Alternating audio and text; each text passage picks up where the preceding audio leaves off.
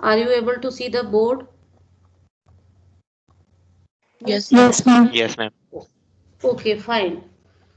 So this paper you will see it is titled as Probability Theory and Statistics. तो ये paper में मैंने जैसा मैं हर बार कहती हूँ कि before reading any paper, any topic, you must be curious to know that why we are reading this paper, why this particular topic was required, right? So the title of the paper is Probability Theory and Statistics. So you will see that कि why this topic is required. कहाँ पे इतने सारे topics तो हमारे पास already थे that you encountered. Then what was the requirement to introduce this topic, right? तो देखो थोड़ा सा background मैं इसका बताती हूँ. जैसे suppose every time means human intention is that you have to take some decision in various aspects of your life, right?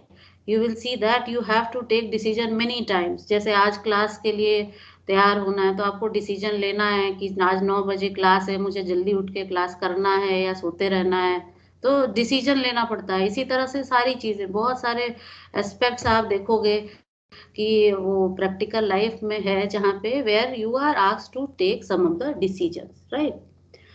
अब डिसीजन लेने के लिए क्या करते हैं कि you will see that many times experiments play a vital role.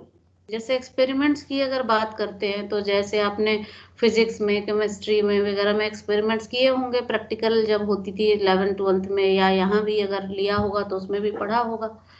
तो whenever you perform the experiment, why we are performing the experiment? Because we want to make some statement regarding something, right? किसी चीज के बारे में कुछ comment करना चाहते हैं तो उस कमेंट के लिए हमें क्या चाहिए? सपोर्टिंग डॉक्यूमेंट चाहिए, right? Supporting some evidence you require to support your answer, right? Your statement. तो for that we perform the experiment. तो जब एक्सपेरिमेंट आप करते हो तो experiment will have some outcome, right? Experiment will have some outcome. कुछ ना कुछ तो मिलेगा जब एक्सपेरिमेंट करोगे, ठीक से करोगे जो कंडीशन है. तो एक्सपेरिमेंट के आउटकम के हिसाब से जो है एक्सपेरिमेंट्स को generally it is divided into 2 categories. This experiment, one is called deterministic experiment, one is called, just wait,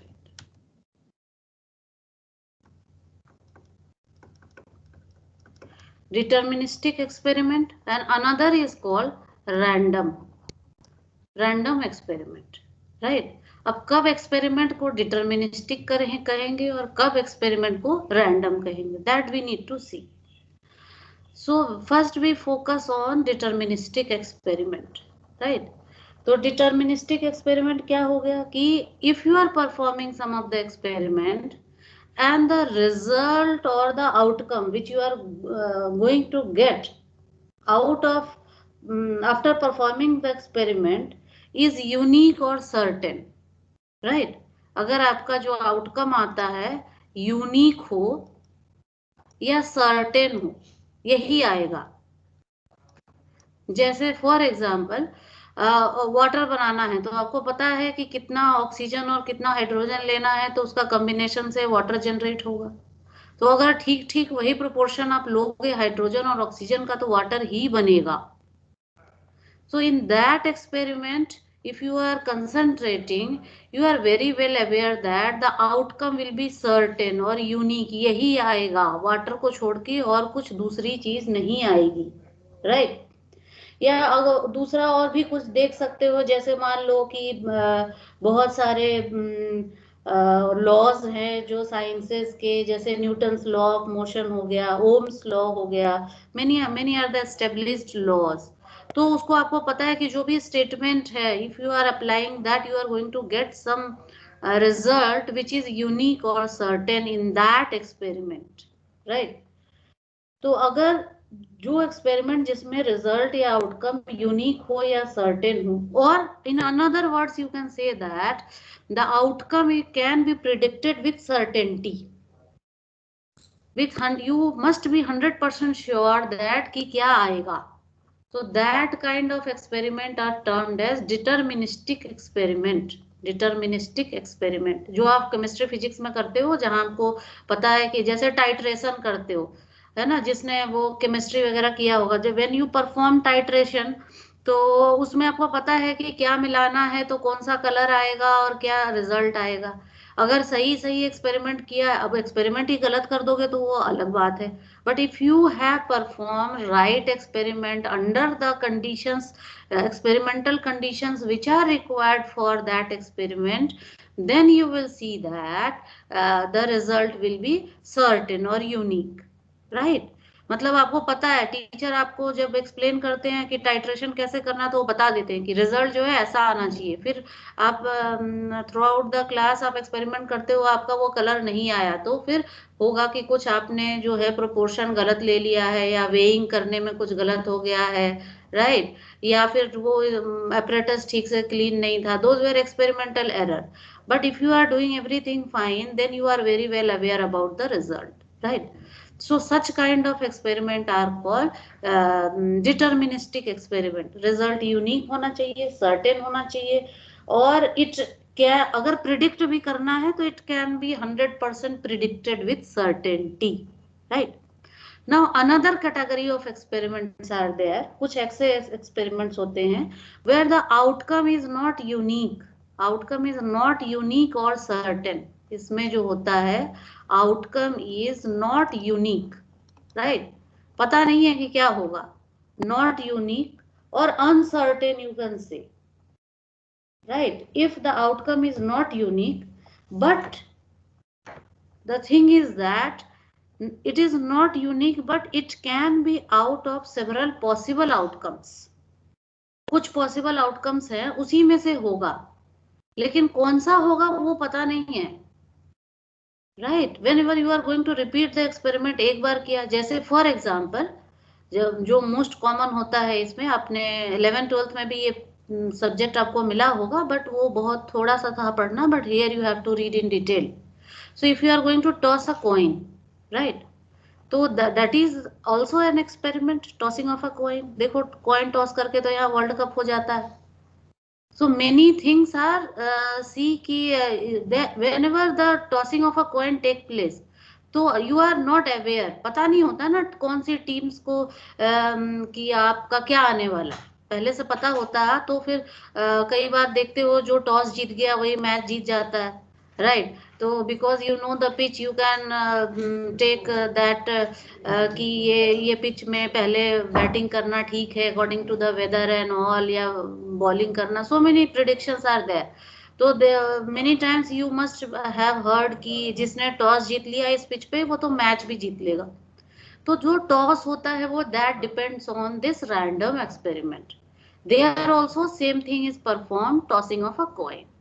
तो एक बार टॉस करते हो, क्या आएगा पता नहीं है, but you should be, you are very well aware that कि आउट ऑफ हेड और टेल दोनों में से कोई एक आएगा, provided the coin is not biased. मतलब जैसे वो सोले वाली कॉइन नहीं होना चाहिए कि दोनों साइड एक ही जैसा हो, तो फिर तो वो बायसनेस हो गई ना.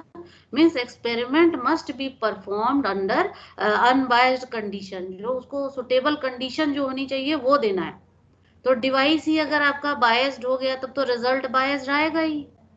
तो अनबायस्ड कंडीशन में अगर चीजें हैं, तो if you are going to perform the experiment of tossing of a coin, you will see that the result is not unique or certain, right?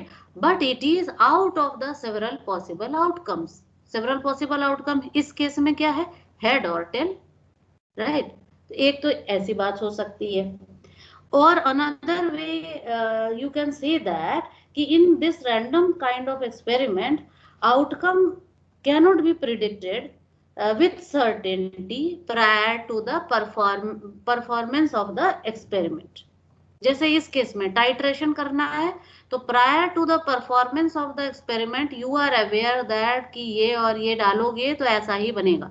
Hydrogen और ऑक्सीजन को का पर्टिकुलर प्रोपोर्शन में लोगे तो prior doing experiment you are aware that कि water ही आएगा, कुछ और नहीं आ सकता डिटर्मिनिस्टिक में। लेकिन रैंडम में क्या है, प्रायर डूइंग एक्सपेरिमेंट हम लोग नहीं बता सकते विद सर्टेनिटी कि क्या आएगा, लेकिन ये बता सकते हैं कि इसमें से कोई आएगा, right. So this is the basic difference between deterministic and random experiment. Another example can be, you can take the birth of a child. Prior to the birth of a child you cannot know ki the child what will be the sex of the baby, right? So that is also, this experiment has to be done, then the outcome will be known, but you know ki what are the possibilities, usi mein se hoga, right? Another example can be age at death of a person. जब हर when a person is born he is supposed to die as per the nature of the as per the practice in the nature, जो आया है उसको तो जाना ही पड़ेगा। but you cannot say कि this person Mr. A what will be the age when he that person is dying, right? You cannot predict with certainty, right? तो ये भी एक्सपेरिमेंट है, मतलब जब तक होगा नहीं उसके पहले बताना मुश्किल है कि क्या सही सही आंसर आएगा, राइट? करके देखना पड़ेगा एक्सपेरिमेंट, तभी पता चलेगा। Means prior two of performing the experiment you cannot predict the outcome with certainty. Another thing is that जैसे किस केमोथेरेपी अगर आप किसी डॉक्टर ने प्रेस्क्राइब किया किसी कैंसर पेशेंट को, तो वर्क करेगा कि नहीं, यू कैनॉट से कि इट विल वर्क। क्या आप डॉक्टर के पास कोई गया और बताया कि जी ये प्रॉब्लम है, उसने लिख दिया कि हाँ आपको पता है कि ये उसकी मेडिसिन है, but that medicine work in particular person और not, he cannot be sure before administrating that medicine, right? Similarly जैसे आपने टिकट बुक कराया है, suppose if you want to travel somewhere, और ट्रेन में आपको पता है कि वेट लिस्टेड टिकट भी आ जाते हैं and you want to go somewhere, बहुत अर्जेंट है, आपने जाना ही है ना, तो आप क्या करते हो, कई बार वेट लिस्ट टिकट भी ले लेते हो कि देखा जाएगा शायद कंफर्म हो जाए, राइट? तो that is also a random experiment, that wait listed ticket is going to be confirmed or not, right? तो ये सारी लेकिन आपको पता है या तो कंफर्म होगा या तो नहीं होगा, पॉसिबल आउटकम्स यही हो सकते हैं। फिर भी देखो कई बार नहीं भी होता है कंफर्म, फिर भी लोग बुक कराते हैं शायद हो जाए। और फिर आजकल तो देखते हो आप रेलवेज का वेबसाइट देखोगे, they shows the probability also, they shows the probability also कि if you are going to book this wait listed ticket then this much is the probability of confirming it in past, right? How they calculate all those things. तो यही paper के हिसाब से देखो, तो railway में भी नौकरी मिलती है ये पढ़ के, क्योंकि कोई तो उनको चाहिए जो प्रोबेबिलिटी निकाल के बता दे हर एक ट्रेन के। आप खोल के देखना ना, earlier it was not there but now it has been introduced in railways also, when you are going to book a wait listed ticket, probability of confirming of the ticket will be shown over there. तो they require person mathematicians who can take such find out such kind of probability for them, right? तो वो भी random है क्योंकि पता नहीं है wait listed ticket, जब वो क्योंकि वो तो जब चार्ट प्रिपेयर होगा तो ही पता चलेगा कि वेट लिस्ट टिकट आपने जो बुक कराया था वो कंफर्म हुआ कि नहीं हुआ, right? So there are many circumstances in various aspects of the real life where you will see that where we need to take some of the decisions, right?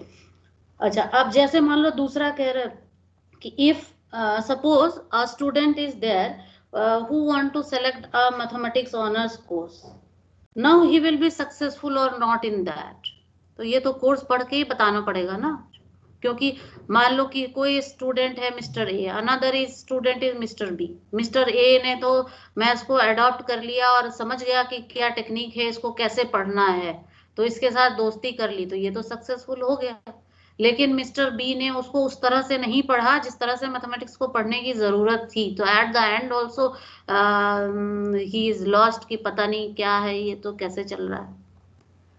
So the statement was कि a student selecting a mathematics honors course will be successful or not. What kind of experiment it is? Random experiment. करके देखना पड़ेगा आपको, तब पता चलेगा। लेकिन out of the two possibilities, successful, unsuccessful, it can B one, right? So you see that there are many scenarios where such kind of practice are required. तो आपने जो अब तक पढ़ा है, अब तक जो आपको जानकारी है, वो सारे एक्सपेरिमेंट डिटर्मिनिस्टिक होते थे, जो अब तक आपने देख लिया। डिटर्मिनिस्टिक से ही हम लोग काम करते थे कि ये डिफरेंशियल इक्वेशन है तो इसका यही सॉल्यूशन आएगा, ये अगर इक्वेशन क्वाड्रेटिक इक्वेशन है तो इसके रूट्स यही हैं और केवल यही होंगे, right? All those are deterministic kind of situation से डील कर रहे थे अब तक आप लोग। लेकिन आपको अभी बहुत सारे इंस्टेंस दिखाए रियल लाइफ के, those are there, they cannot be answered by this deterministic kind of treatment. उनको अलग ट्रीटमेंट देने की जरूरत है, राइट? सो उनको उसकी कैटेगरी भी अलग कर दी गई है, जैसे whether it will rain today और नॉट, राइट? चाहे आप ऐसा statement, if it is raining now then it will also rain at 6 PM today. अब रेन होगी कि नहीं 6 PM पे पता नहीं, हो भी सकती है, नहीं भी हो सकती है, but you want to go somewhere, तो आप चांसेस देखना चाहते हो। पूरा वेदर फोरकास्टिंग का जो हमारा देखते हो कितना एक्यूरेट फोरकास्ट आ जाता है। If they have already predicted about the rain in these 2-3 days, तो देखो रेन हो भी रही है। तो ये सब बहुत लार्ज स्केल में यूज हो रहा है, और वो भी क्या है, रैंडम ही तो है, but we are means not only this concept, together with this many more concepts are required, and this concept is used by this weather forecasting department. Each and every country is having that, और वो कितना accurate हो जाता है। देखो शायद ही कभी वो फ्लॉप होता है कि वो प्रिडिक्ट करें कि रेन होगी और नहीं होती है, देखो अभी का ही प्रिडिक्शन। तो ये जो है, जितना हम लोग इसके अंदर में और स्टडी करके, डीप स्टडी करके हम लोग एक्यूरेसी की तरफ बढ़ते जा रहे हैं। प्रिडिक्शन इतना अच्छा है, ऑल्दो दोज आर प्रोबेबिलिटी, वो प्रोबेबिलिटी ही है, बट वो प्रोबेबिलिटी इतनी एक्यूरेट है। सोचो आपकी, इफ दे आर क्लेमिंग कि there will be a rain, it is going to be the rain, how they decide? तो ये सब बाद में अगर आपको आगे जाके वेदर फोरकास्टिंग में अपना फ्यूचर बनाने का मौका मिले, अगर उसमें काम करने का, तो वहां भी आपको यही सारी चीजें जो है काम आएंगी उस टाइम पे भी, right? So many more things are there, those cannot be answered if you are not going to study how we treat this random kind of thing, right?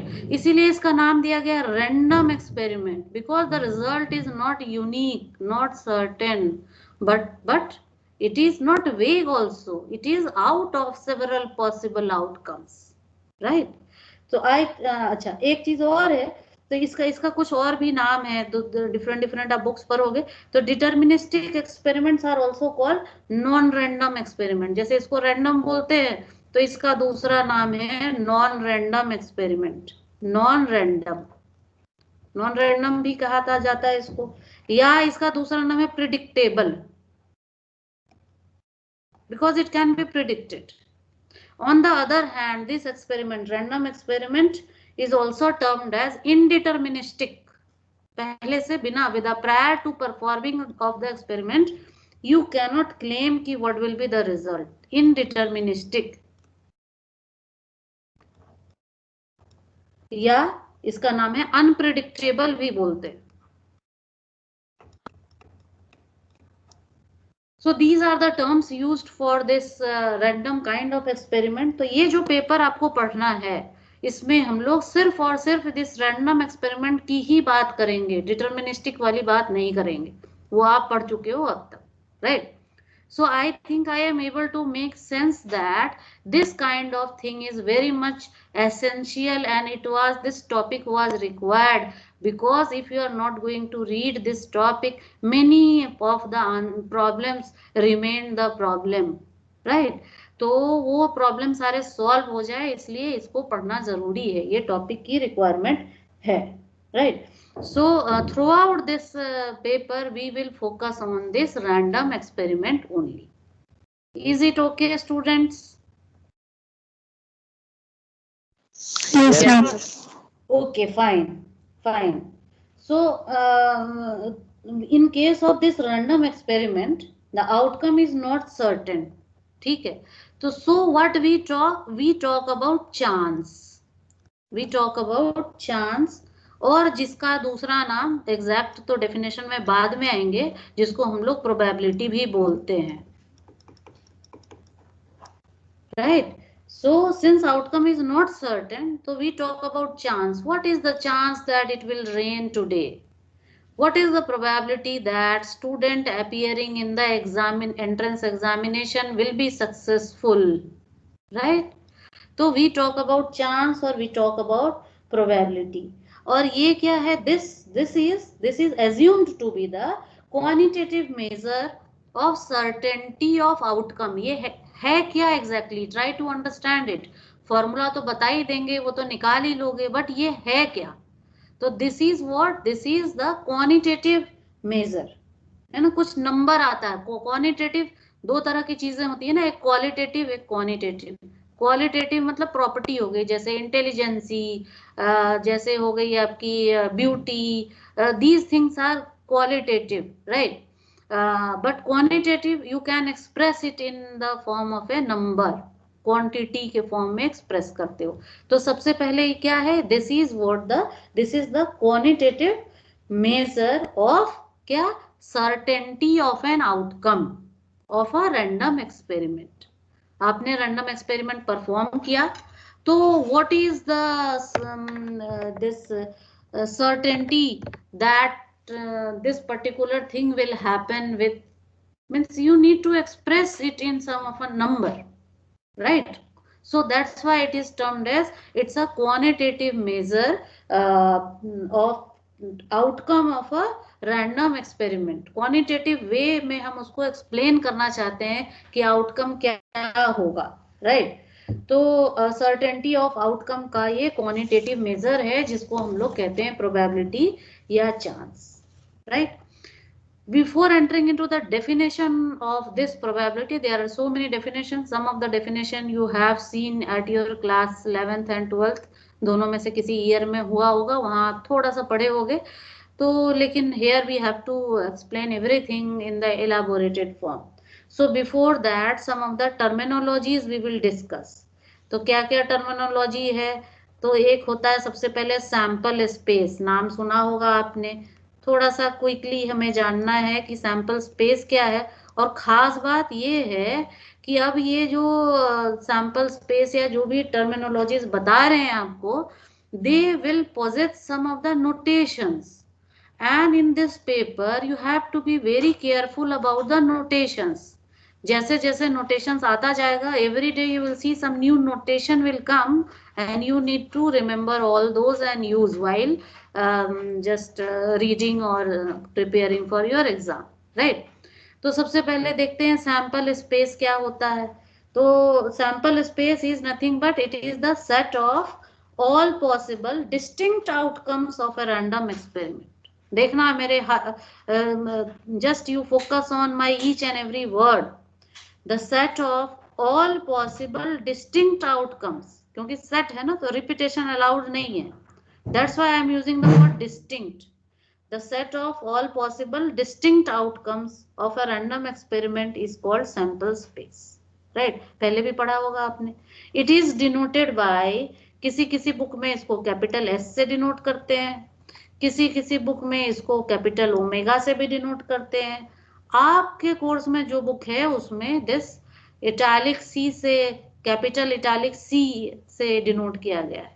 तो now onwards where you see this symbol, वो sample space ही रहेगा, आप उसको वही use करोगे. आप ये भी कर सकते हो use, there is no harm. लेकिन जो रेफरेंस बुक आपको दिया गया है उसमें यही सिंबल यूज किया है. So you are advised to use this symbol only. Otherwise, these are the possibilities that I have told. Either S or this or this. तो आपको ये वाली symbol use करनी है for the sample space. I think I am clear that what is sample space? The set of all possible distinct outcomes of a random experiment is called sample space. Right? अच्छा. For you will see that there can be more than one sample space also associated with a random experiment. अब आप कहोगे कैसे?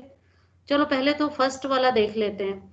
जैसे मान लो tossing of a coin, if your random experiment is tossing of a coin, toss a coin, if you are going to toss a coin, so in this case what will be the sample space? Sample space will be your head or tail, where h is head and t is tail, right? तो यहाँ पर तो एक ही sample space आया। आप बोलोगे अभी तो आप बता रहे थे कि random experiment can have more than one sample space also, how it is possible? तो चलो रैंडम एक्सपेरिमेंट चेंज कर लेते हैं थोड़ा। If your random experiment is birth of a child, for example, say birth of a child, right? Now you have to see on what perspective you are going to work out. Are you do you want to focus on the sex of the child, or you want to focus on the health aspect of a child? So the sample space you have to define as per your concern, as per the problem in the study, right? So if if you want to focus on the sex of a child, then in that case the sample space can be, it can be either a male or a female or a transgender, it can be something like this.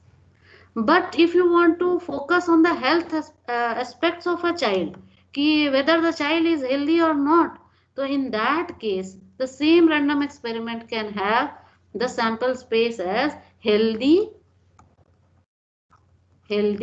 unhealthy, right? That's why I told you कि a random experiment may have more than one sample space. It depends which one you have to choose. It depends what is your problem under study. There can be so many aspects of study from a random experiment. तो आपका aspect कौन सा है, किस concern कौन सा है, उसके हिसाब से रैंडम एक्सपेरिमेंट को चूज किया जाता है, right? Say for example random experiment is rolling of a die. Random experiment आप कर दिया suppose rolling of a dice, dice roll करना है सपोज। तो इस केस में रैंडम एक्सपेरिमेंट क्या आएगा? रोलिंग ऑफ अ डाइस, जो लूडो खेलते हैं ना बच्चे, आप भी खेलते होगे, वो जो डाइस होता है 1 2 3 4 5 6 होता है ना, तो वो उसमें क्या है, what are the, if you want to roll a die, तो क्या क्या पॉसिबिलिटी है? या तो 1 आ सकता है, 2 आ सकता है, 3 आ सकता है, 4 आ सकता है, 5 आ सकता है, 6 आ सकता है। So this is the these are the possibility. तो रैंडम एक्सपेरिमेंट ये बन गया, सैंपल स्पेस ये बन गया। You see that what I told, sample space is the set of all possible distinct outcomes of a random experiment. तो ये हो गया आपका सैंपल स्पेस। इसी तरह से मान लो कि अगर life, if your random experiment is life of an LED bulb, जैसे जानते हो अपना, आप बल्ब खरीदने जाते हो कई बार, तो लिखा रहता है ना कि लाइफ जो है, या थोड़ा सा मैं यहाँ एक और चीज एक्सप्लेन करूंगी तो उससे रिलेटेड। तो देखो सपोज करो आप कोई चीज खरीदते हो कई बार, तो क्या होता है, बोलता है ये इसकी तो लाइफ टाइम वारंटी है। आप भी सोचते हो अच्छा है लाइफ टाइम वारंटी है, खरीद के ले आते हो। फिर मान लो कुछ समय बाद देखते हो कि खराब हो गया वो, तो आप वो संभाल के उसकी जो रसीद होती है वो रखे रहते हो, वापस जाते हो उसके पास, बोलते हो जी ये तो लाइफ टाइम वारंटी में खरीदा था, आप बना दो। तो वो कहता है जी इसकी तो लाइफ ही खत्म हो गई, right? Many of us are not knowing this, but they are clearly written on the product. Means lifetime warranty का ये मतलब नहीं है कि हमारा या आपका life, that lifetime warranty is the life of a product, and how to find the life of a product, तो वो भी निकालने के टेक्निक्स होते हैं और इसी पेपर के अंतर्गत आते हैं, लेकिन वो आपके कोर्स में नहीं रखा गया है। आपको just you are in under graduate course, so just a glimpse has been given कि what are the possibilities. If you are interested further, then you can explore your career in accordingly, right? तो whenever you are buying the product, तो life time warranty का ये मतलब नहीं है कि आपका लाइफ या हमारा लाइफ। हर प्रोडक्ट का अपना लाइफ होता है और एक टेक्निक होता है जिससे उसकी लाइफ डिसाइड की जाती है, राइट। तो जब आप अब से कोई सामान खरीदने जाओ तो उस पे अगर दुकानदार बोले तो लाइफ टाइम वारंटी है, तो उससे पूछो इसकी लाइफ कितनी है, 5 साल है, 10 साल है, 15 साल है, या 2 साल है, right? Because many of the firms, that shopkeeper also do not know that, but whenever you see the product, तो उस पे लिखा रहता है, या फिर वो अपने वेबसाइट पे या कहीं पे लिख देंगे कि इसकी लाइफ जो है वो इतनी है, 15 years is the life, and that life is decided based on various parameter, experiment करके उसको यूज करके देखा जाता है। जैसे मान लो कोई एलईडी बल्ब है, तो उसकी लाइफ डिसाइड करनी है कि what is the life span of this LED bulb, तो क्या करा जाएगा, एक्सपेरिमेंट किया जाएगा, and those bulb will be used under the circumstances, experimental conditions जो होनी चाहिए उसके लिए। अब मान लो कि वोल्टेज इतना स्पेसिफाइड है, आपने हाई वोल्टेज दे दिया बहुत ज्यादा, तो वो क्या हो गया कि चलना चाहिए था तो ठीक, लेकिन वो ठीक नहीं चला। तो एक्सपेरिमेंटल कंडीशन का भी ध्यान रखना है, राइट। क्योंकि जब भी देखो कोई अपरेटस आप खरीदते हो खराब हो जाता है, तो जब आप वो और वारंटी में होता है स्पेशली, तब जब आप वो ठीक करने आता है मैकेनिक को बुलाओगे आप, तो वो पहले चेक करता है कि पावर सप्लाई जो मिल रहा था वो एडुकेट था या नहीं था। नहीं तो अगर उसमें प्रॉब्लम है, उस वजह से खराब हो गया, तो वो बता देगा जी कंडीशन आपको, हमने जो लिखा हुआ है प्रोडक्ट के ऊपर कि इसको इतनी वोल्टेज और इतना चाहिए था, आपने उससे ज्यादा प्रोवाइड करा, तो इसके जो एक्सपेरिमेंटल कंडीशंस थे वो मीट नहीं हुए, so we are not ready to replace the product although it is under warranty, because you have violated the working norms of that, right. तो ये सारी चीजें एस्पेक्ट्स होती है। So I mean to say that ये जो life decide होती है वो भी इसी मीन्स रैंडम एक्सपेरिमेंट के हिसाब से होती है। जैसे लाइफ टाइम लिखा हुआ है कि 5 years, इसका क्या मतलब है कि 5 years तो ठीक चलेगा ही चलेगा, और इसका ये भी मतलब नहीं है कि 5 year ही चलेगा। उससे ज्यादा चल जाए तो अच्छी बात है, लेकिन उससे कम नहीं चलेगा। Get it or not? The lifetime of a product, suppose if it is written as 5 year, it means that up to 5 year, at least up to 5 year, it will work satisfactory. उसके बाद का पता नहीं कि क्या होगा, लेकिन उतना तो चली जाएगा ठीक ठाक। तो लाइफ टाइम का ये मतलब होता है, right? So don't just get confused कि lifetime means your life or our life. It is not like that. It is the life of a product and it is having a definite value और वो already decided होता है, right? Random experiment है, हमें decide करना है life of an LED bulb. Suppose तो life of an LED bulb करना चाहते हो, life of a LED bulb लेना चाहते हैं, बहुत आजकल एलईडी का चल रहा है, तो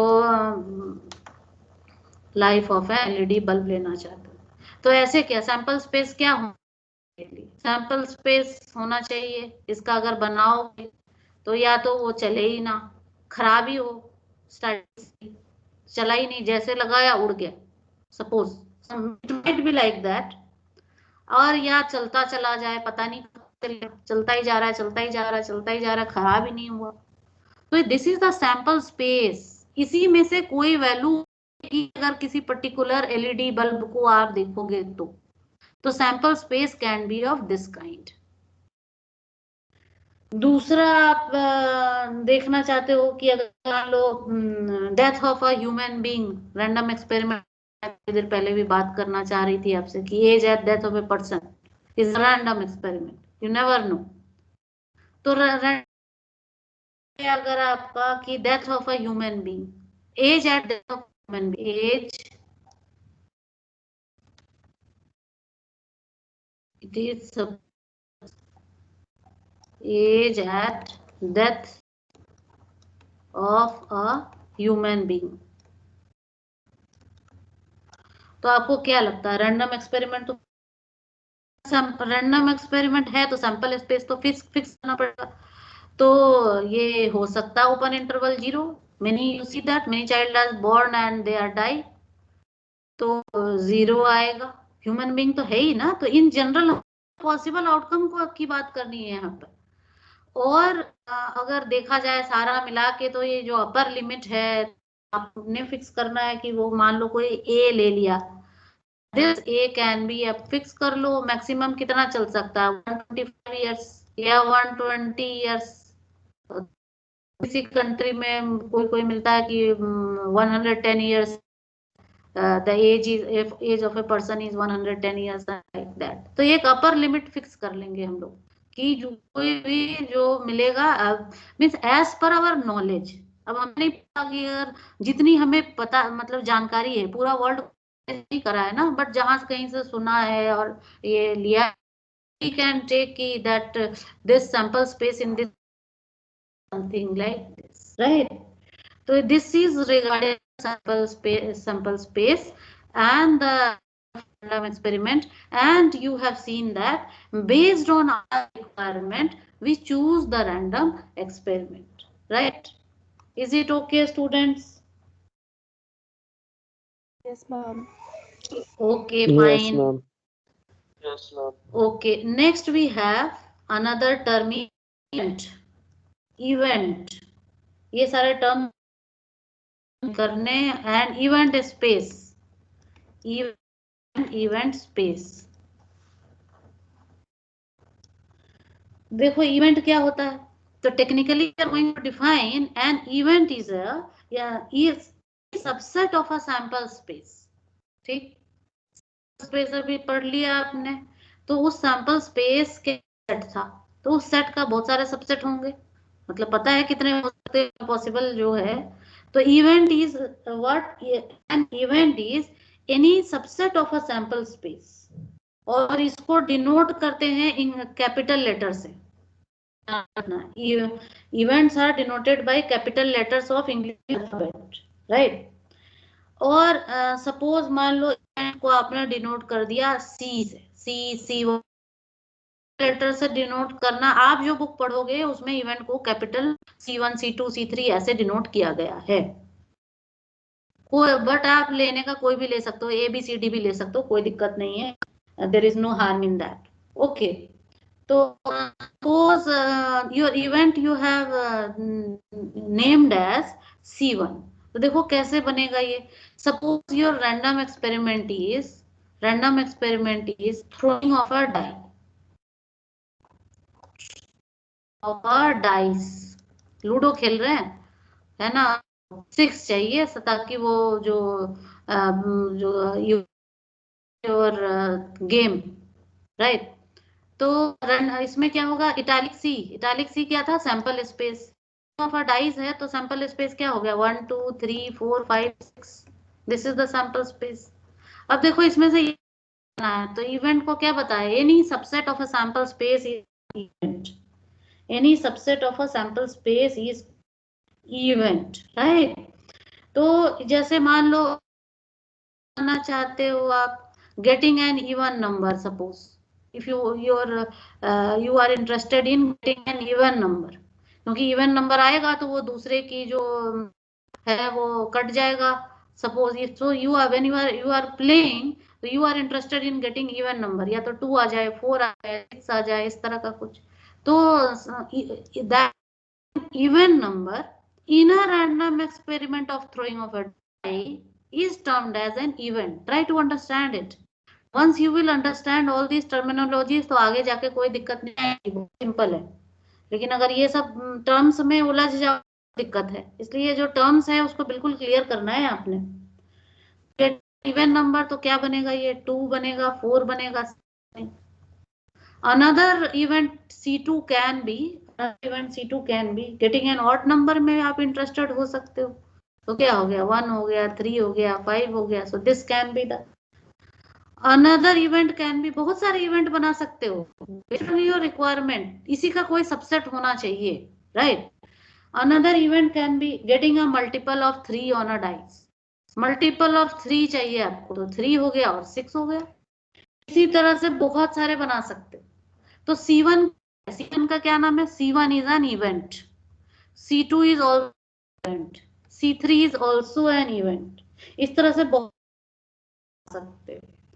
and you remember that outcome of a sample space means ये जो आपका है सिंगल सिंगल भी तो बना सकते हो, 1 ही चाहिए, 2 चाहिए, 3 चाहिए, ऐसा भी हो सकता है, right? So you will see that each outcome of a sample space is called elementary event. अरे सिर्फ एक ही हो, 1 या 3 हो गया, 2 हो गया, 4 हो गया, 5 हो गया, 6 हो गया, each outcome if you are going to take they are elementary event, right? ये सारे टर्म्स हैं जो यूज होंगे, elementary event, और ये सारे इवेंट हो गए इन्हीं सबसेट। तो एक टर्म आ गया एलिमेंट्री इवेंट, आ गया इवेंट। ये इवेंट स्पेस क्या होता है? So the event is what? The class of all events associated with a given experiment. Class of all possible events associated with the experiment is called event space. Is it okay? जितनी सारी possibility का class बना लिया, so that will be termed as event space. Is it okay, students? Ma'am, can you please again explain elementary event? हाँ, elementary event बताते।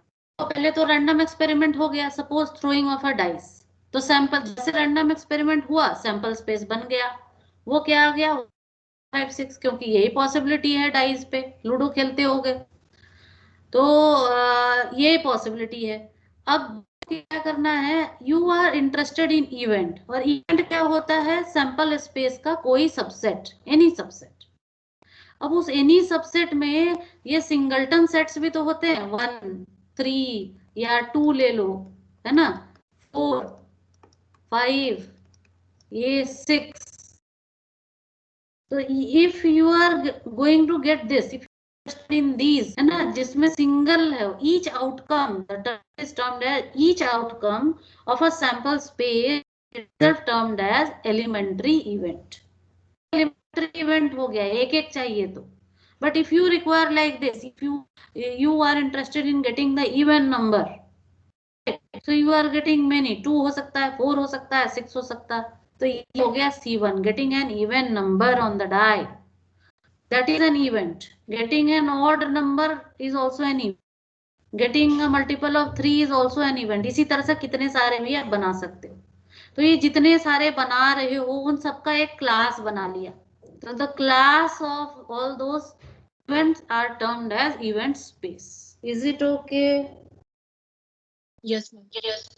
Okay, fine. Next we are moving on to the set theoretic on event, क्योंकि ये भी चाहिए होगा आपको। Set theoretic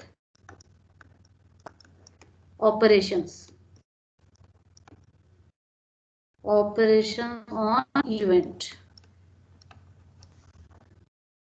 operations क्या है जो पढ़े हो, आपको पता है, यूनियन हो गया, कॉम्प्लीमेंटेशन हो गया, ऑर्डर्स हो गया। These are generally termed as set theoretic operations. Algebraic operations क्या होता है? प्लस, माइनस, इनटू, डिवाइड, ये जनरल हो गया। Like that, set theoretic operations, if you are interested in, they are union, intersection, complement, ये सारे होते हैं, right? तो देखो यूनियन 1 by 1 को देखते हैं। If you know this is union, तो it is denoted by, और events पे लगाना है तो क्या होगा? Suppose n are there, right? How do we denote? तो union of I equal to 1 to n, capital letter use किया है, आपको बताया था, को डिनोट करने के लिए कैपिटल लेटर यूज किया जाता है। तो union equal to 1 to n ci लेते हो, व्हाट डज इट डिनोट? ये क्या डिनोट करता है? This denote the occurrence at least one of ci, occurrence of at least one of ci। देखना ये सब लैंग्वेज पे थोड़ा सा ध्यान देना आप, कि कब आपने, so you know all these things, but a little bit brushing and थोड़ा सा ये बैकग्राउंड बनाना जरूरी है। That's why I am focusing on that. I could have started a little ahead. लेकिन नहीं, कोई बात नहीं, 1-2 क्लास में हम लोग थोड़ा सा बैकग्राउंड को रिफ्रेश कर लेंगे।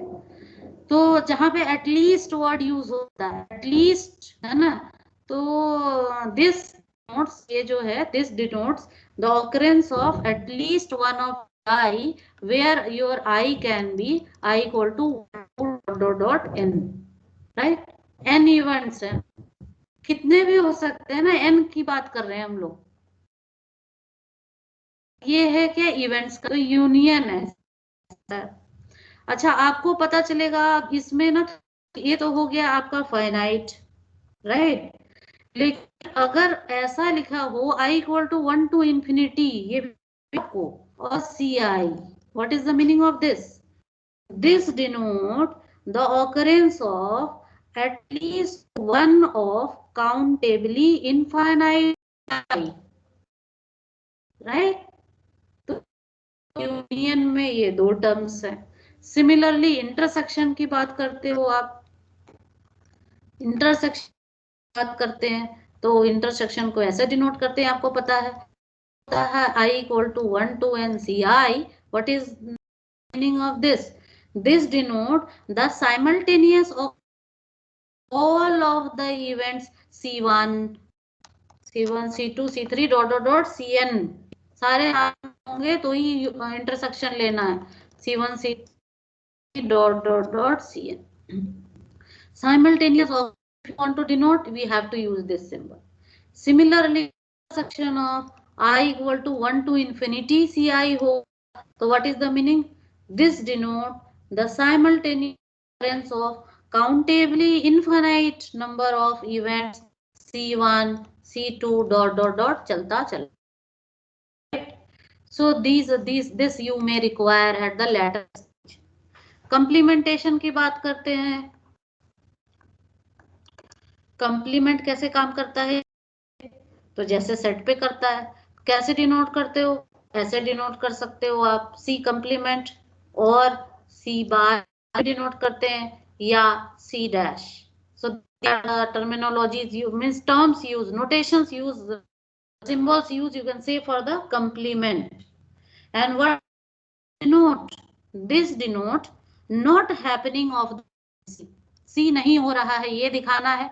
C नहीं, क्या हो रहा है? C का कंप्लीमेंट हो रहा है। So not happening, if you want to express, you can use this complement. Next difference अगर लेना है, डिफरेंस क्या है? तो दो इवेंट है C1 माइनस C2, तो नोट करते हैं हम लोग C1 इंटरसेक्शन C2 का complement. This this denote, this denote C1 but C2 do not occur. अगर जहां कहीं पे आपको अगर ऐसी बात बतानी हो कि C1 occur but C2 do not occur, तो आपने क्या बताना पड़ेगा? You have to write like this.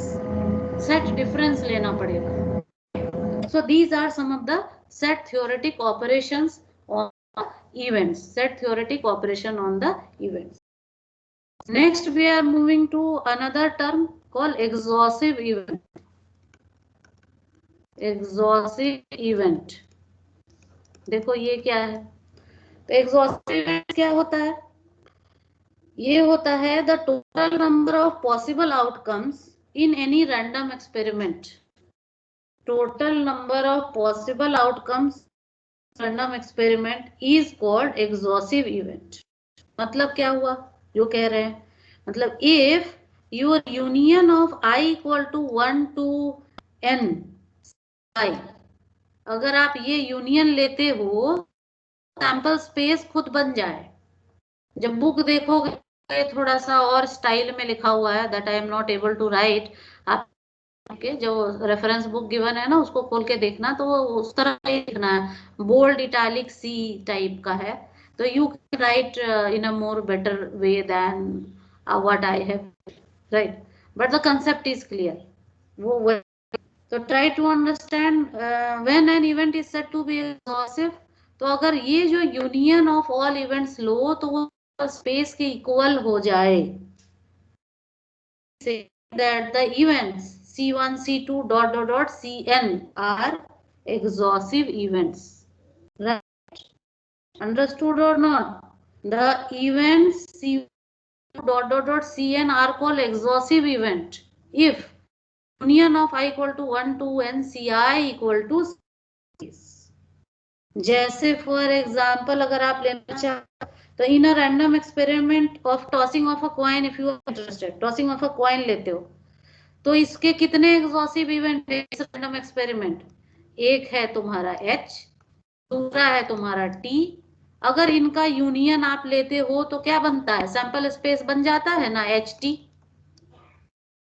तो in this experiment you can से दिस H एंड T, ये है C1 तुम्हारा और ये है C2। दो ही पॉसिबिलिटी है यहाँ in case of random experiment of tossing of a coin.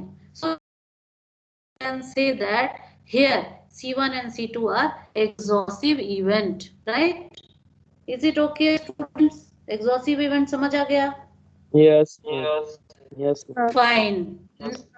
Okay, next we have mutually exclusive event। ये सब देखो नाम सुना भी होगा आपने जब आप 11th-12th में थोड़ा पढ़ रहे होगे, लेकिन उतना ध्यान तब थोड़ा सा इसको अच्छे से पढ़ना है। Mutually exclusive, mutually exclusive events. देखो म्यूचुअली एक्सक्लूसिव इवेंट्स क्या होता है? तो देखो म्यूचुअली एक्सक्लूसिव इवेंट्स मतलब कैसे इवेंट्स को म्यूचुअली एक्सक्लूसिव इवेंट्स कहा जाए? इवेंट्स तो ऑलरेडी राइट। तो events are said to be mutually if the occurrence of one of them precludes the occurrence of all others। एक का occur करना या होना जो remaining other possibilities है sorry उसको destroy कर देता है। that the events are mutually exclusive। कैसा दिखाएंगे? फिर से समझ लो एक बार। events are mutually exclusive if the occurrence of any one of them precludes the occurrence of all other। These mathematically how do we write? Ci intersection Cj is equal to null set। याद आ रहा होगा, set theory में पढ़ा था null set, void set ये नाम है इनका। and this is true for all, ये for all का सिंबल है जानते ही हो आप, I not equal to j। I equal to J ले लोगे तो दोनों का इंटरसेक्शन तो खुद ही मिलेगा ना वो सेट। What is the meaning of that?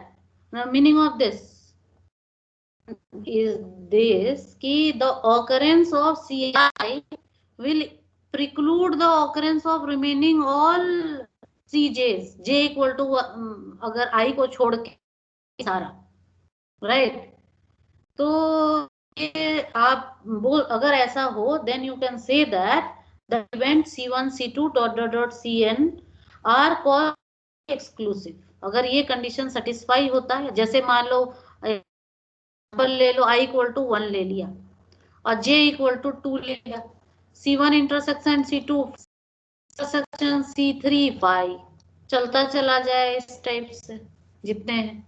We say that the two events are mutually exclusive, you need to remember this condition कि the intersection of Ci intersection Cj equal to phi for all equal to j, right? For example से समझते हैं तो ज्यादा आसानी होगी। वही example experiment हो गया tossing of a dice. Tossing of toss तो कॉइन को करते हैं ना जनरली, ये कॉइन के लिए यूज होता है। Rolling of a die, rolling of a dice, dice को रोल राइट। तो इवेंट्स देखो किस तरह से हमें म्यूचुअली एक्सक्लूसिव दिखाना है। तो 2 3 4 5 if 1 is occurring right it will preclude the occurrence of 2 3 4 5। if 2 is occurring it will preclude of 1 3 4 5 6। if 3 is occurring मतलब एक बार जब आपने रोल कर दिया तो कोई एक ही तो नंबर आएगा। तो एक नंबर का आना जो रिमेनिंग पॉसिबिलिटीज है उसको नहीं आना चाहिए, एक बार में एक ही आना चाहिए। अगर ऐसा है तो we say that events are mutually. जैसे अगर suppose dies if you have rolled die and 4 appeared, the occurrence of this 4 on the die at that time is precluding the occurrence 2, 3, 5. Although these were possibilities and these were equally probable to occur. तो जहां पे ऐसी चीजें होती है, we say that the events are mutually exclusive. Occurrence of one precludes the occurrence of remaining other events. Then the events are said to be mutually exclusive. ठीक है, समझ आ गया? Yes, ma'am. Fine. Next we have favorable event. Favorable event. देखो favourable event क्या होता है? Favourable event देखो नाम ही बता रहा है, यू वांट सम, राइट? तो the number of events to an event in an experiment और ट्रायल, विच इसको बोलते हैं हम लोग, is the number of outcomes which entails the happening of the event. Number of outcomes which entail the happening of the event. नहीं समझ आया? फिर से, the number of events favorable in a trial is the number of outcomes entail the happening of the event. Example समझो तो जरा अच्छा समझ आएगा. रैंडम एक्सपेरिमेंट हो, सपोज रैंडम एक्सपेरिमेंट इज वही है आपका रोलिंग ऑफ ए, ही लेके चलते हैं, ज्यादा समझ आएगा.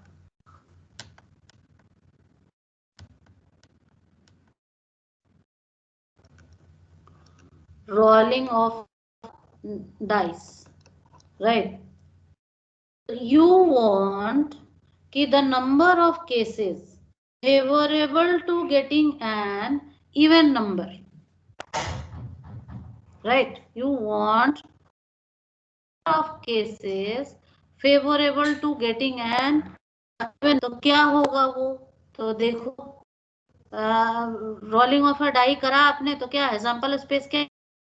2, 3, 4, 5, 6, right? You want the favor, what is the favorable event for getting an even number?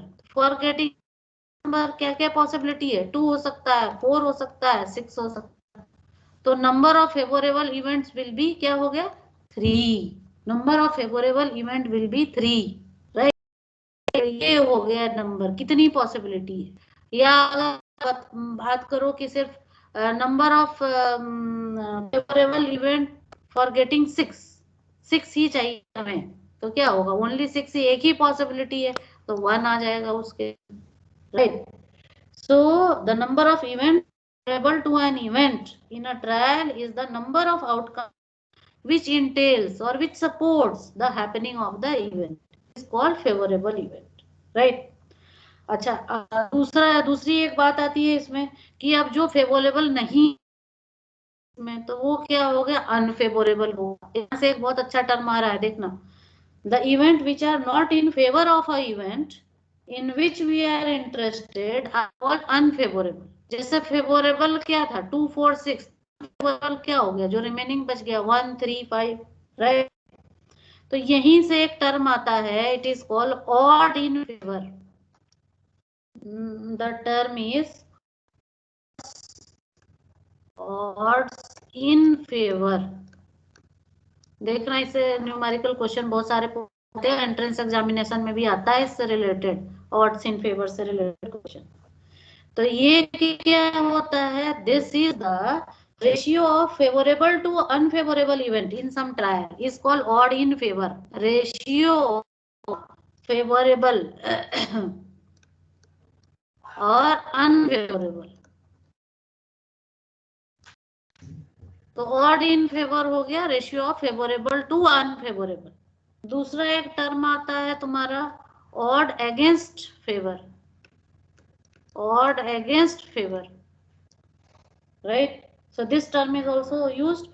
तो इसमें क्या हो गया? इसका रेसिप्रोकल, रेशियो ऑफ अनफेवरेबल ऊपर आ जाएगा और डिवाइडेड बाय फेवरेबल, राइट?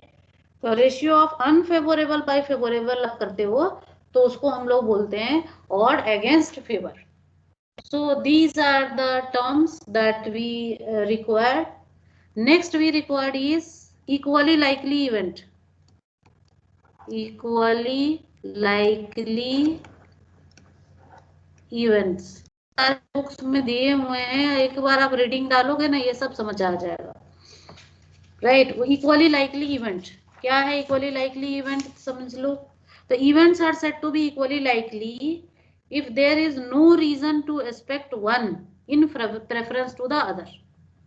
जैसे मान लो कि सपोज मेरे पास कोई चॉकलेट है and I went to the class, तो I should not have any reason to give that chocolate to mister X and leave all other students. Right, तो ऐसा नहीं है कि मुझे एक को फेवर करना है बाकी को सारे, तो इसलिए जितने क्लास में स्टूडेंट्स है उतने ही पूरे चॉकलेट होंगे, तो ही चॉकलेट लेके मुझे जाना चाहिए क्लास में, नहीं तो नहीं जाना चाहिए। Because all are equally likely, I cannot favour one student and leave rest of the students. तो वही चीज यहाँ इवेंट्स के साथ होती है। Events are said to be equally likely if there is no reason to expect one in preference to the other। Right, जैसे अगर आप टॉसिंग ऑफ अ कॉइन या रोलिंग ऑफ अ डाई करते हो, तो getting head and tail are equally likely if the coin is unbiased. और die जैसे देखो बच्चे खेलते हैं तो क्या करते हैं, कई बार उसको ना ऐसे घिस देते हैं कि हर बार ये घूम घाम के 6 ही आ जाए, और उसको पता होता है टेक्निक की कैसे खेलना है। तो अगर particular kid use to get 6 every time, और जो दूसरा है उसको पता नहीं है, तो वो वैसे क्योंकि उसने ही बना दिया है उसको उस तरह से, तो वैसी वाली नहीं। It should be fair, it should be fair, it should not be biased. So if it is fair, then in that case there is no reason to expect one in preference to the another one, right? So if those conditions are there, then events are said to be equally likely। Next होता है independent event. Independent event, independent event क्या है? Events are said to be independent if occurrence or non-occurrence of any event do not depend on the occurrence or non-occurrence of remaining event। एक का occur होना दूसरे पे depend नहीं करता है, then we say that कि वो independent है। जैसे in tossing of a coin, the occurrence of head is independent of occurrence of tail। ऐसा थोड़ी है कि पहली बार में अगर हेड आ गया तो नेक्स्ट टाइम टेल ही आएगा, ऐसा नहीं है, कुछ भी आ सकता है। तो occurrence of head and tail we say that they are independent event, right. लेकिन आप कहोगे कब ये डिपेंडेंट हो जाता है? मतलब अंडर सर्टेन कंडीशन। जैसे होता है ना कि यू विल सी दैट कि this will happen only if this information is there that this has already happened. ऐसी चीजें मिलेगी आपको आगे जाके, तो उसमें वो कंडीशनल आ गया, right. But in general it is independent का मतलब हो गया the occurrence of one event do not depend on the occurrence of remaining events, then we say that the events are independent events. ये सारे term एक साथ use होंगे जब आप क्वेश्चन सॉल्व करोगे ना, तो उसमें आएगा this event is mutually exclusive, equally likely, independent, ये सारे वर्ड्स ऐसे लिखे होंगे। इसलिए मैं सबका मतलब आपको बता रही हूँ कि जब आप प्रॉब्लम सॉल्व करो तो कोई टेक्निकल डिफिकल्टी आपको ना आए। Next we have impossible event. Impossible event क्या होता है? इम्पॉसिबल नाम ही बता रहा है ना, जो हो ही नहीं सकता। An impossible event and is an event which cannot happen, हो ही नहीं सकता, राइट। अब जब तो आप कहोगे जब हो ही नहीं सकता है तो फिर मैथमेटिकली इसको कैसे एक्सप्रेस कर सकते हैं? तो आपको पता है कि फाई जो है null set is a subset of every set, तो सैंपल स्पेस का भी सबसेट होगा ना। तो ये जो नल सेट है इसको हम लोग बोलते हैं impossible event, because you know event should be subset of sample space, इसके बाहर नहीं हो सकता। तो phi is a subset of every set by set theoretical properties we know, तो उसका भी कुछ नाम होना चाहिए, तो उस नाम को हम लोग बोलते हैं impossible event. Impossible event, right. अब जैसे आप कहोगे कैसे एग्जाम्पल देके बताइए, एग्जाम्पल क्या हो सकता है? सपोज आपका रैंडम एक्सपेरिमेंट है tossing of a coin, toss a coin. अब I am tossing of a coin, तो सैंपल स्पेस क्या बन गया तुम्हारा? हेड और टेल, यही बन गया sample space, right. Now in event C1, impossible event है तो इवेंट तो है, इवेंट है तो कैपिटल लेटर से डिनोट करेंगे. C1 we are interested in getting head and tail both together. मुझे तो यही चाहिए, हो नहीं सकता लेकिन चाहिए, तो वैसी चीजों को भी तो जगह देनी पड़ेगी, right. Where all those will happen, you know that this can't happen, लेकिन फिर भी चाहिए कि नहीं. What is the probability, I want this only.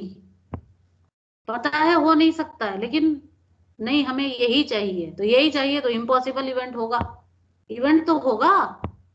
So in order to tackle all possibilities, जो भी पॉसिबिलिटीज है सबको ध्यान में रखा गया है. तो जैसे इसमें इवेंट आपको चाहिए C1 getting head and tail together. Coin toss कर रहे हैं, नहीं मुझे हेड और टेल दोनों साथ में ही चाहिए, हो नहीं सकता ना ऐसा.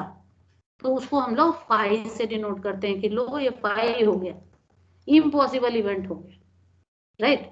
सो दिस इज इम्पॉसिबल इवेंट, जो नहीं हो सकता है फिर भी चाहिए तो इम्पॉसिबल इवेंट बनाओ. Another we have sure event. Sure event क्या होता है? श्योर इवेंट, श्योर इवेंट क्या है? जो होगा ही होगा, इट विल सर्टेनली हैपन. नाम ही बता रहा है श्योर, राइट.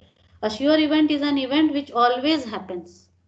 तो ये कब होगा? जो पूरा sample space, because you know every set is a subset of itself. तो सैंपल स्पेस खुद का सबसेट है, तो श्योर इवेंट सैंपल स्पेस खुद हो जाए तो श्योर इवेंट्स हो गए. जैसे फॉर एग्जांपल आपको ऐसे नाम से लग रहा है, एग्जांपल देके दिखाते हैं.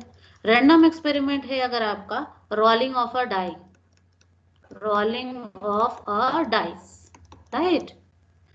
रोलिंग ऑफ अ डाइस तो आपको पता है सैंपल स्पेस तुरंत बना लिया आप, 1 2 3 4 5 6, this is your sample space. Now what is the sure event? तो श्योर इवेंट इज इवेंट है मतलब कोई सबसेट चाहिए. तो you want, the statement for the event that you want is any number between, obtaining any number between 1 and 6, obtaining any number between 1 and 6. Obviously discrete number, integers होने चाहिए. अब आप कहोगे डाई पे मुझे 1.5 चाहिए, तो कहाँ मिलेगा, right. So if you are interested in obtaining any number between 1 and 6, तो श्योर है ना, आ ही जाएगा उसके अंदर, तो आएगा ही. तो ऐसी चीजों को भी रखा गया है, and that is called sure event, right. तो ये एक था. So these were some of the terminologies. जो मैं अभी तक बात कर रही थी वो सिर्फ टर्म्स इंट्रोड्यूस कर रही थी, जो हम लोग प्रोबेबिलिटी पेपर पढ़ेंगे तो उसमें frequently these terms will be utilized, and you must have the concept over it. किसी भी किताब को उठा के पढ़ोगे, सब किताब में ये सारे definition, just you are advise to go through it once, कि सबको पढ़ लो इसमें एक बार कि क्या होती है. एक बार मैंने समझा दिया, and just you go through in some books, you will see that कि वो चीजें एक बार और ब्रश अप होके और आपको आ जाएगी, right. Now we are moving next to the main topic, that is probability. अब ये समझना है, बिकॉज ये टॉपिक का ही नाम है कि क्या होता है ये प्रोबेबिलिटी. तो ये आया कहाँ से? सबसे पहले तो ये this many of you are knowing. So this topic, this probability this found its place, its origin is from gambling, right. बहुत पुराने जमाने में जब आप कह सकते हो कि I think it is before 1812 के भी पहले, right. where some king used to play this gambling. gambling तो बहुत दिनों से आ रहा है, महाभारत में भी देखा गया था. वहां उस तरह की चीजें नहीं थी, लेकिन उसके बहुत बाद तो फ्रॉम दिस गैम्बलिंग, राइट. आप कहोगे ये तो खराब चीज है, क्यों पढ़ रहे हैं? तो वहीं से ओरिजिन हुआ, और उसको लेके बहुत सारे, अब देखो कि इतनी बड़ी बड़ी चीजें इसके हेल्प से सॉल्व हो रही है. तो this topic originated from this gambling, gambling से ही हुआ था. एंड गैम्बलिंग क्या है? This gambling is the game of chance, gambling is the game of chance, right. and this foundation of this mathematical theory of probability was laid in I think 17th century में ही हो गया था. ये 17th century में initially जो है लोगों को पता चलना स्टार्ट हो गया था कि ये कोई प्रोबेबिलिटी नाम की चीज हो सकती है। और कहाँ से हुआ था? It was by 2 French mathematicians, क्योंकि वहां थे ना वो, तो बुलाते थे वो मैथमेटिशियंस को कि तुम बताओ कि कौन सा लगाना चाहिए, लेकिन मुझे हारना नहीं चाहिए, अदरवाइज फांसी लगा दूंगा। इस तरह की चीजें होती थी पहले, because those kings were dominating the things in earlier periods, right. तो उन लोगों को बुलाया गया था, 2 फ्रेंच मैथमेटिशियंस। एक का नाम था Pascal, B Pascal, you know, it's a very famous, he has contributed a lot to the theory of mathematics as well as physics. और एक थे मैथमेटिशियन फर्मेट। फर्मेट के भी आप फर्मेट प्रिंसिपल बहुत सारे पढ़ते हो। तो ये दोनों mathematicians and both were the French mathematician. तो जो रिकॉर्ड्स मिले हैं उसमें पाया गया है कि ये दो जो मैथमेटिशियंस थे around in 17th century,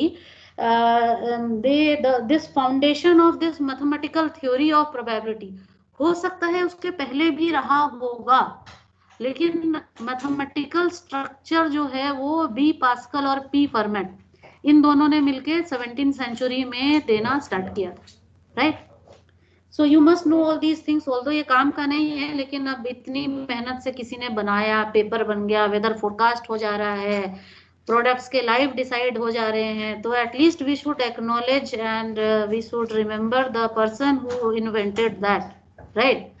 So B Pascal and P Fermat was the, as per the records found, ये 17th century में mathematical theory of probability was just originated by them, right. Next is बाद में देखा गया कि ये इसका applications जो है वो बहुत सारे फील्ड में लोगों ने करना स्टार्ट कर दिया, सोशल साइंस, नेचुरल साइंस, उसमें भी इसका यूज होना स्टार्ट हो गया gradually, right. And if you go to the past and see the literature, you will see that there were many approaches were found to discuss this probability, and all those were not developed at a time. बहुत सारे approach लोगों ने दिया, किसी ने कहा नहीं इसको ऐसे पढ़ना चाहिए, किसी ने कहा नहीं इसको ऐसे पढ़ना चाहिए। So it gradually appeared over time, and we also in our syllabus also it is there, we have to see how gradually the probability emerged, and what were the aspects proposed by different authors over time, that we have to see, right. So next what we will see कि how this probability emerged and what was the first concept that was emerged. Many definitions was there. आप जब पढ़े होगे 11th 12th में तो एक ही definition पढ़ा होगा, m by n टाइप का, वो आप total number of possible outcome और जो आपके उसमें आ सकता है वो ले लिया, रेशियो निकाल दिया, प्रोबेबिलिटी हो गया, वो तो है ही। But now you are reading this paper, so you have to read with some different perspective, right. तो प्रोबेबिलिटीज के बहुत सारे अप्रोच हुए, many people came with the different ideas to discuss this probability. तो first is termed as classical approach, classical, या किसी book में इसको मैथमेटिकल भी बोलते हैं, क्लासिकल और मैथमेटिकल डेफिनेशन या approach of probability, right. Classical और मैथमेटिकल डेफिनेशन ऑफ प्रोबेबिलिटी, ये सबसे पहले आया। किसने दिया इसको? This approach was proposed by, ये था I think Laplace, P.S. Laplace and Bernoulli. कब दिया था इन्होंने? 1812। In 1812, this Laplace and Bernoulli's joint work came with this classical definition of probability, right? So what definition they propose? Let us see. Laplace और Bernoulli साहब ने क्या कहा था? तो they told if a random experiment results in n equally likely, देखना ये सब बता चुके हैं, इसलिए बताया था कि ये सारे terms at a time use होंगे। तो लैपलास और बर्नौली साहब ने क्या कहा कि if A random experiment results in n equally likely, mutually exclusive and exhaustive cases, and m out of them are favorable to occurrence of an event c, कोई event c है, m out of n are favorable to occurrence of an event c, then they told that the probability of occurrence of the event c is denoted by, small p से denote करते हैं, इसको capital P of C से भी denote करते हैं, and this is what number of events favourable to, बता दिया है फेवरेबल इवेंट क्या होता है, favourable to event C whole divided by total number of events. तो जो डिनोट किया है उसके हिसाब से क्या हो गया, ये m/n। यही जो डेफिनेशन आप पढ़ते आए हो अब तक। So this definition was given by this Laplace and Bernoulli in the year 1812 में। वो लोग ये exact they came with this definition, right, and this definition you are already aware, वही सारी चीजें हैं जो एक्सप्लेन कर दिया आपको।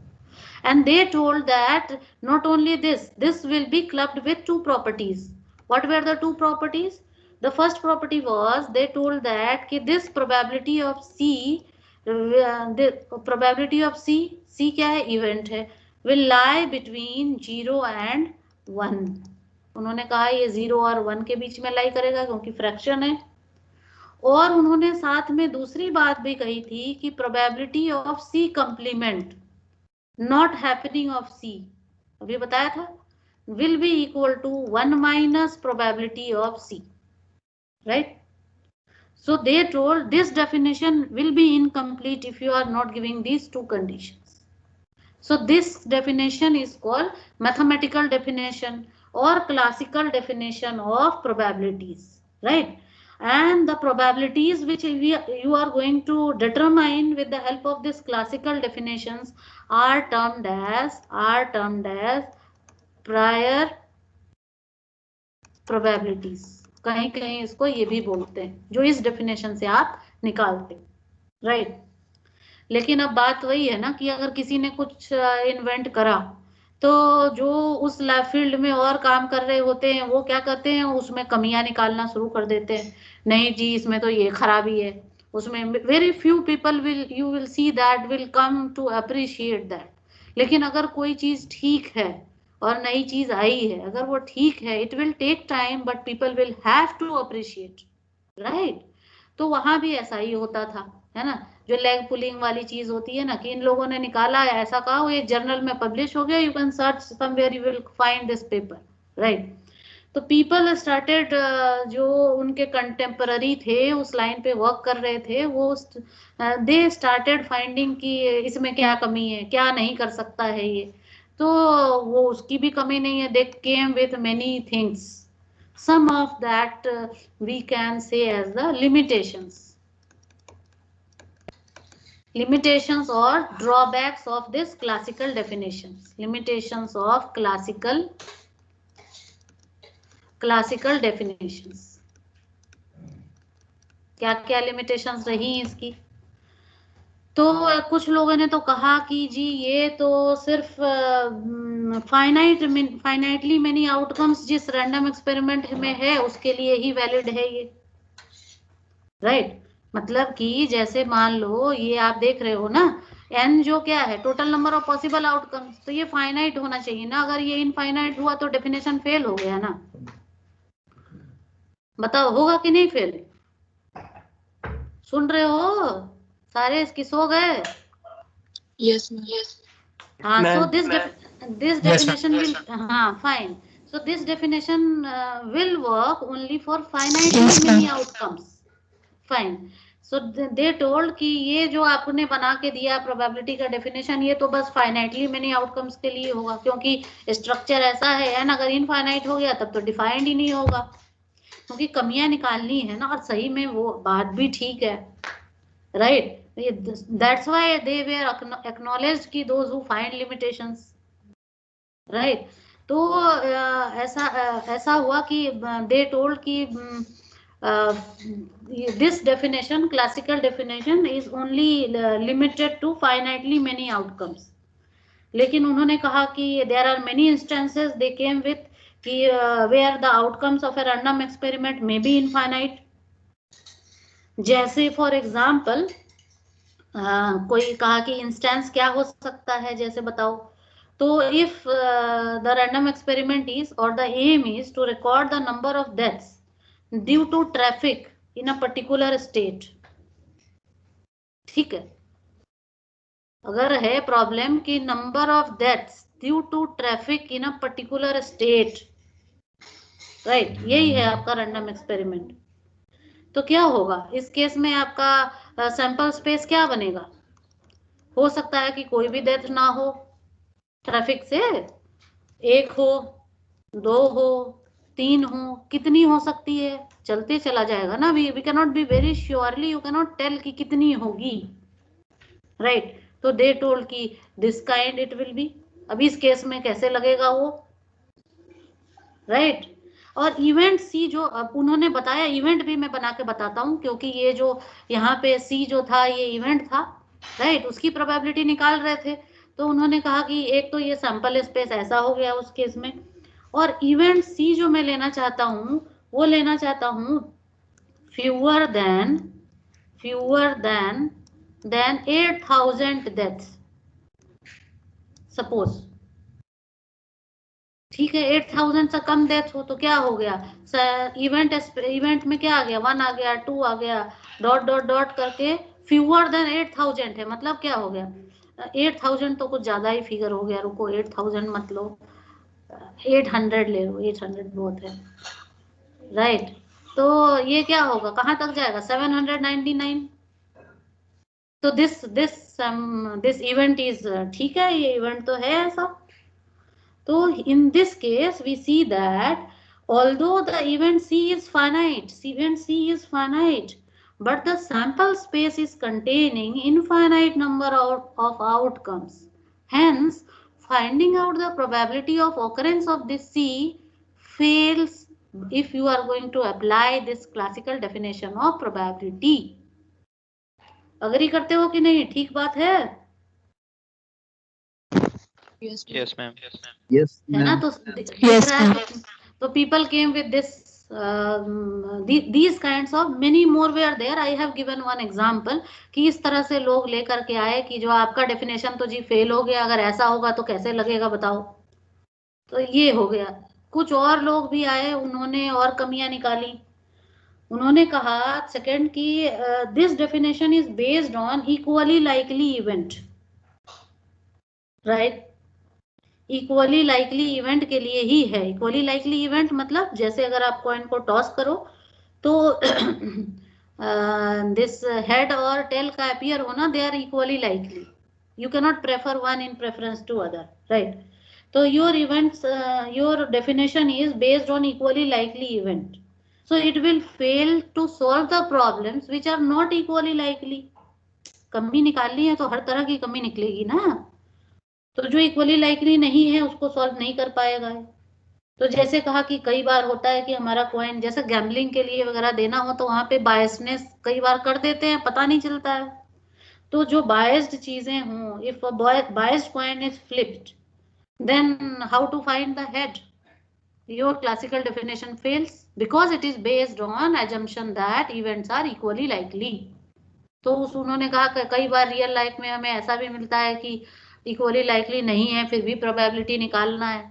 तो this where also be conceived as a drawback और the limitation of classical definition of probability, right. इसको भी मान लिया गया कि चलो ठीक है, ये डेफिनेशन इस तरह की चीजों के लिए नहीं हो पाएगा। थर्ड एक और लिमिटेशन लोग लेकर के आए इसमें, क्या कहा, it also fails to answer some of the legitimate problems.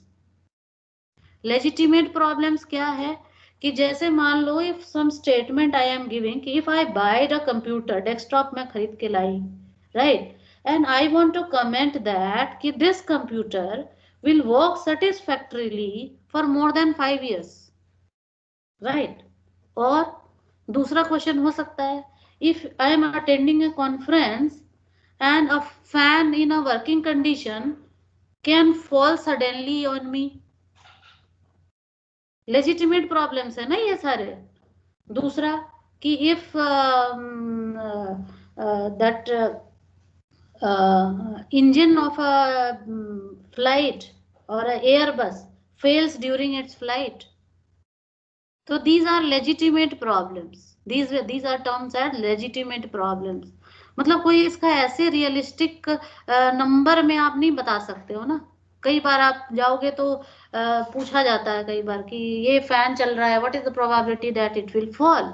तो यू कैन नॉट से कि 50%, क्योंकि या तो फैन गिरेगा या तो नहीं गिरेगा. 50% प्रोबेबिलिटी है तो सबको भाग जाना चाहिए वहां से. इंटरव्यू बोर्ड में से वो पूछते हैं ऐसा तो नहीं. इन सब के लिए ये जो क्लासिकल डेफिनेशन वाला है, जो 50% आपने क्या किया कि दो पॉसिबिलिटी है, एक गिर सकता है नहीं गिर सकता है, दो ले लिया.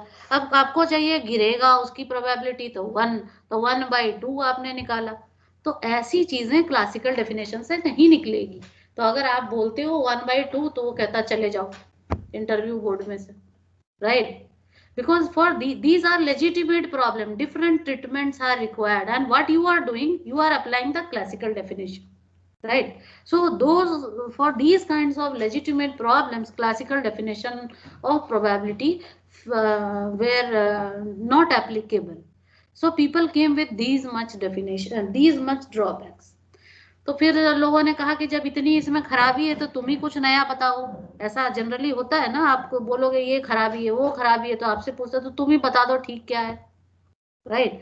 तो people started working on that कि और क्या हो सकता है. मतलब ये सब चीजें देखो बाई टाइम और बहुत समय लग गया डेवलप होने में. ऐसे नहीं कि तुरंत में ये सारी थ्योरी बन के आ गई और कहीं से मिल गया कि देखो ये होता है ये होता है. ग्रेजुअली बाय टाइम जैसे जैसे जरूरत लगी, देखो ये 1812 में ये डेफिनेशन दिया गया और ये भी इतना आसानी से नहीं मिल गया ये डेफिनेशन. उसके बहुत पहले से 17th सेंचुरी से चलता आ रहा था स्टार्टिंग से ही. But in 1812 they were able to come up with this definition. और जो चीजें हुई वो ग्रेजुअली धीरे धीरे धीरे धीरे डेवलप हुई, राइट? देन पीपल टोल कि अच्छा इसमें इतनी खराबी है तो चलो जो फाइनाइट चीजें होंगी उसके लिए तो लग जाएगा, जिसके लिए ये कंडीशन सेटिस्फाइड होगा तो कुछ और सोचा जाए जो जिसमें ये जो लिमिटेशन थी वो सब लिमिटेशन ना हो और कोई अलग अप्रोच मिले, right? So the next approach of probability was given as subjective approach. Subjective approach या इसको हम लोग पर्सनल अप्रोच भी बोलते हैं. पर्सनल अप्रोच, सब्जेक्टिव अप्रोच या personal approach. What is this? तो this definition of probability was based on individuals personal judgement. आप क्या सोचते हो और ओन एक्सपीरियंस, राइट, अबाउट कि whether a specified outcome is likely to occur or not. Means this approach of probability was based on one's own personal belief. मैं क्या सोचती हूँ तो ये मैं क्या सोचती हूँ it will have different perspectives कि आप क्या सोचते हो. तो it will vary from individual to individual, right? अब जैसे मैं बोल दूं कि what is the probability that कि आप मेट्रो स्टेशन पे हो, आपने लिफ्ट लिया और वो लिफ्ट बंद हो जाए बीच में, it will stuck in between, right? अब ये क्वेश्चन अगर मेरे से पूछा जाएगा तो अब जब लॉकडाउन नहीं था, जब सारी चीजें ठीक थी तो मैं कभी मेट्रो में गई होंगी तो उसमें जितनी बार मैंने मेट्रो का लिफ्ट यूज किया होगा उसमें से कभी 1-2 बार अगर फंस गई होगी तो मैं कह सकती हूँ अपने हिसाब से 10-20% चांस है कि मतलब some value I can figure out based on my experience. अगर कभी नहीं फंसी तो ठीक है, लेकिन फंस तो सकते हैं, 1-2% हो सकता है. लेकिन अगर कहीं मान लो कोई मिस्टर एक्स जाता है और जब वो जाता है तभी लिफ्ट फंस जाती है तो वो कहेगा नहीं ये तो बिल्कुल खराब है, जाओ ही मत. So that is also a probability. Person is asking whether this will happen or not. अब जैसे सपोज मेरे पास बहुत पैसा है, मैं कोई बिजनेस स्टेब्लिश करना चाहती हूँ, राइट? तो अगर मुझे किस तरह का बिजनेस स्टार्ट करना चाहिए, तो that depend on my past experience, कि मैंने ये जो पहले एक्सपीरियंस हुआ है कि पैसे इसमें लगाए हैं और अच्छा मुझे आउटकम मिला है, या जो मेरे नियर एंड डियर्स हैं उनके थ्रू मुझे मिला है, मतलब based on, it will be totally based on my own personal judgement. So it will vary from person to person, right? So it will differ from person to person, and it will have a high degree of personal bias. It will have the high degree of personal bias. तो generally आप बोलोगे तो ये सब approach कहाँ पे लगाया जाता है? कहीं ना कहीं जगह तो होगी इन सबको लगाने की. जैसे स्टॉक मार्केट में देखो, जो आपके हिसाब से आप कहोगे ये कंपनी का शेयर तो बिल्कुल अच्छा है, एकदम डबल ट्रिपल हो जाएगा, राइट? बट अगर मेरे साथ कभी ऐसा हुआ है कि मैंने शेयर्स खरीदे और किसी उस तरह का वो नहीं चला, तो मैं बोली बिल्कुल खराब है, मत लेना. अब जो बंदा अगला बैठा है उसने मेरे से भी पूछा, आपसे भी पूछा, आपने बोला बिल्कुल अच्छा है, आंख बंद करके इस पे पैसा लगाओ. अब मैंने बोल दिया बहुत खराब है, अब वो करे तो क्या करे? मैं भी ठीक हूँ अपनी जगह, क्योंकि मेरे साथ ऐसा हुआ, मैंने पहले पैसा लगाया उसमें डूब गया, तो मैं बोलूंगी बहुत खराब है. और किसी आपने लगाया तो वो बहुत अच्छा चला, आप उसको रिकमेंड करोगे. So this kind of things. या जो हॉर्स रेसिंग वगैरह होती है जिसमें लोग पैसे लगाते हैं, या रियल एस्टेट में, जैसे रियल एस्टेट का है ना बिजनेस, अगर है लैंड सेलिंग एंड बाइंग, इस तरह की चीजें हैं, तो वहां पे जो है ये सब्जेक्टिव अप्रोच जो है वो काम आता है और यही यूज होता है, राइट? तो this was about the subjective approach. और बिजनेस में मेरे हिसाब से कोई बिजनेस अच्छा हो सकता है, लेकिन अगर आपका एक्सपीरियंस है या आपके नियर एंड डियर वंस के साथ कभी कुछ ऐसा हुआ है, तो आप बोलोगे ना बिल्कुल पैसा इसमें तो लगाना ही मत, सारा डूब जाएगा, बिल्कुल ये खराब बिजनेस है, चलेगा ही नहीं ऐसा. और मैं बोलूंगी नहीं ये तो बहुत अच्छा है, because I am applying the subjective approach or the personal approach to conclude, right? So this approach was also given. और ये हॉर्स रेसिंग और उस टाइम पे इस सब चीजों में लगाई जाती थी. लोग इसके साथ भी आए, बाद में चल के देखा गया कि इसके भी कुछ लिमिटेशंस हो गए. अब इसके सब्जेक्टिव अप्रोच में क्या लिमिटेशंस लोगों ने लगाया कि भाई ये तो बहुत ज्यादा पर्सनल बायस्ड है, एक तो ये कहा लोगों ने. दूसरा कहा कि इसमें कोई नंबर निकल के नहीं आ रहा है, मतलब you are not getting some conclusive, कोई क्वांटिटेटिव हमें रिजल्ट नहीं मिल रहा है, तो ये भी ठीक नहीं है, राइट? या जहां जरूरत होगी हमें उस तरह की चीजों की, वहां यूज कर लेंगे. तो people came out then next with relative frequency approach, जिसको कहते हैं हम लोग next approach, relative frequency approach, या इसको हम लोग इंपीरिकल भी बोलते हैं, इंपीरिकल अप्रोच, या इसको हम लोग स्टैटिस्टिकल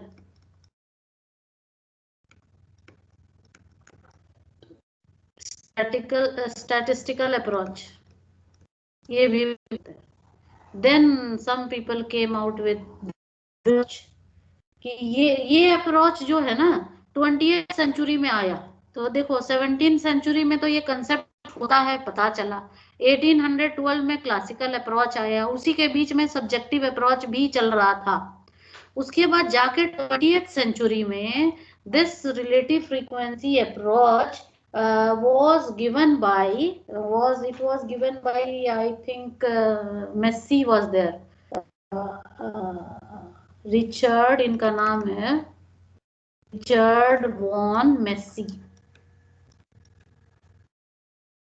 कुछ इस तरह का ही है. 20th सेंचुरी, वो एग्जैक्ट ईयर पता नहीं चल रहा है, आप नेट पे सर्च करोगे तो मिलेगा शायद, तो देख लेना वो कि इन्होंने जो है 20th सेंचुरी में ही came up with relative frequency approach, right? So in the next class we will start and carry forward with the relative frequency approach. अब आपको लगेगा कितने अप्रोच है, खत्म ही नहीं हो रहा है, आता ही जा रहा है.